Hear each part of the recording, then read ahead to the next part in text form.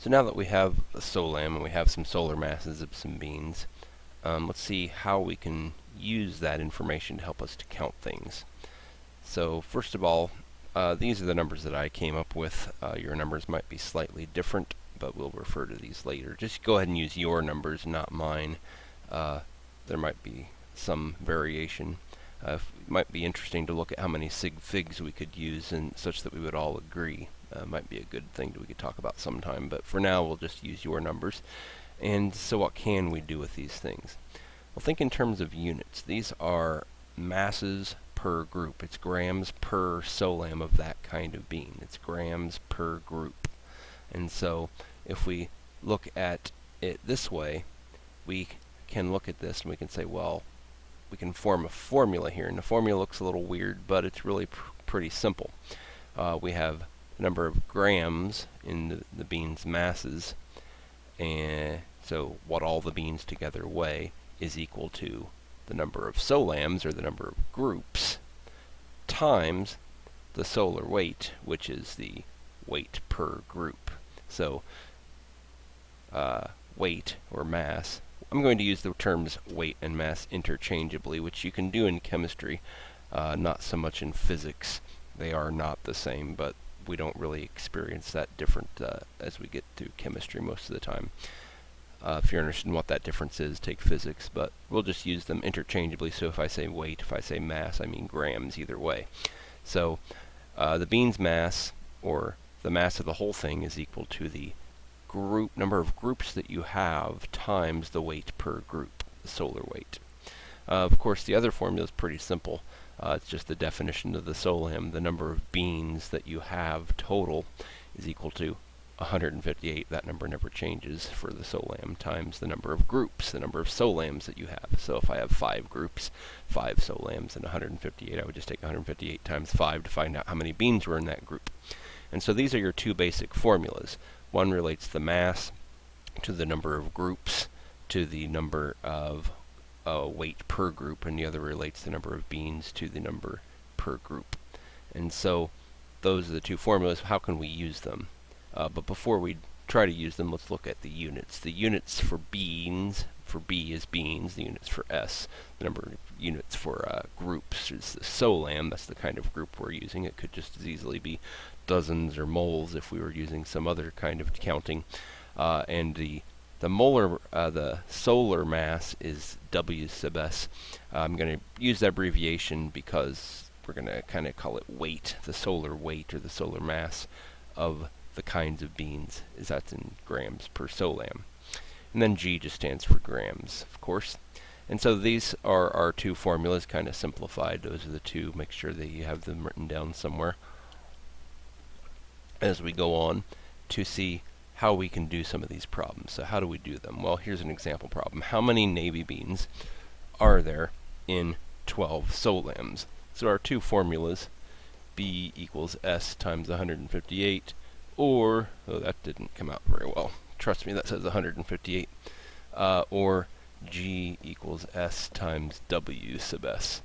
And so, which of those two are we going to use here? Well, it's pretty pretty obvious if you count, if you look and see what we're being asked.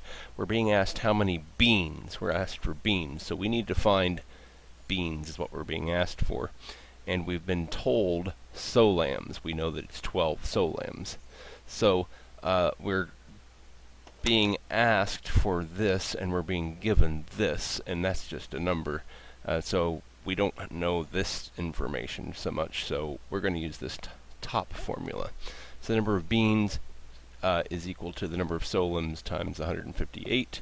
So we just plug in what we know. We know that there are 12 solams times 158. And so the answer is, oh goodness, 1,580 plus 316, which is easy to do in your head if you're not making a video. 1896. Sure, 1896.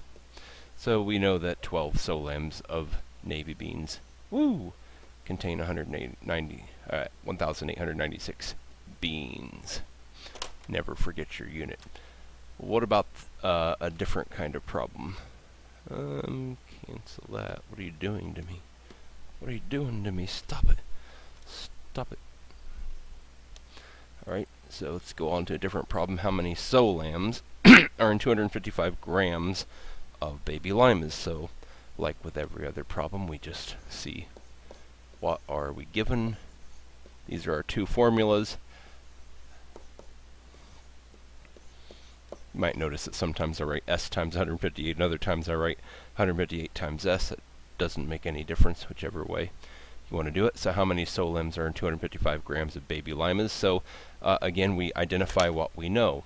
We know 255 grams. Is that G, S, W, or B? Well, that would be G. We know this, all right? We want to know solams, so we want to know that.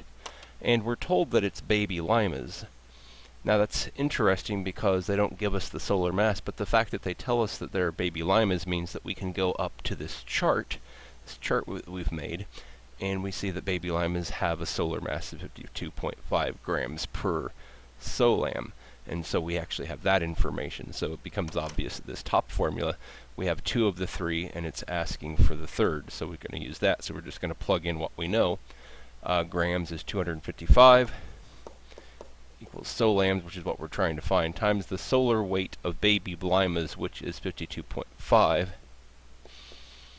And so we're going to get S by itself by dividing both sides by 52.5. And here I am, having not gotten my calculator ready for this, so I'm going to have to fool around, look for my calculator. Here's a calculator. 255 divided by 52.5 is, oh goodness, it's one of those. There we go. 4.857, 3 sig figs, so 4.86 solams. Now we'll abbreviate solams SOL because, well, that's what we are. So let's go on to the next example. This one is going to be the most complicated one that we do right here. And it's really not too bad, though. It's just a little bit different. So how many beans are there in 2,500 grams of navy beans? So let's go through and identify which variables we have. That's our one formula, and this is our other. And we have to identify how many beans. So we're being asked to find that. How many beans? That's a question mark. Never make a video when you haven't oriented your board. That was just silly of me. We are not told solams, so we cannot use this top formula. We are told the grams. We're told 2,500 grams, so I'm going to put in green the things we know, and in red the things that we want to know. I guess we can circle 158 because we know that it's 158. We also know that it's navy beans, so we can go ahead and circle this. Remember, anytime it tells you what kind of bean you have, you can look on the chart. You can look on the chart that we made to determine what the solar mass is, the solar weight. And so what we have here then is a situation where we can solve this bottom equation because we have two of the three things, but we're not wanting to find solams, we're wanting to find beans. But if we're clever enough, we'll realize that, hey, if we go ahead and find this, then we'll know it up here, and that will turn this one green, and now we have enough information to solve for beans. So this is actually a two-part problem. We have to do the first part and then the second part. So let's go ahead and do that. So G equals S times W. We're going to plug that in first. 2,500 equals solams times the solar mass of navy beans is 31.8. And so we take, going to divide both sides by 31.8 to get the S alone. And we have 2,500 divided by 31.8 is equal to 78.616. Not going to round because I have more multiplying to do later. But now S is 78.61635, blah, blah, blah. So now I can rewrite this formula, B equals S, which we now know it's 78.616 blah blah blah times 158. So to find the number of beans, oh my, that's not an 8. There we go. Oh my, that's just terrific. Times 158. There we go.